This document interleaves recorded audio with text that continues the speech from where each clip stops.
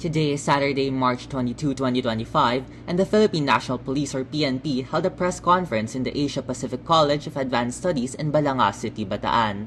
Police Senior Master Sergeant Valentina De Lenya shared the importance of cracking down on violators of the Anti-Violence Against Women and Their Children Act of 2004, or the Anti-VAUC law. This is what De Lenya had to say. Meaning, anyone with knowledge of that crime can file a complaint.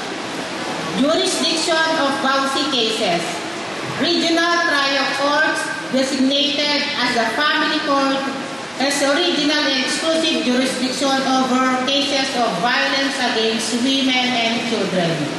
Implementation. The law is implemented by various government agencies, including the Department of Social Welfare and Development, and the Department of Internal and Local Government and the Philippine National Police.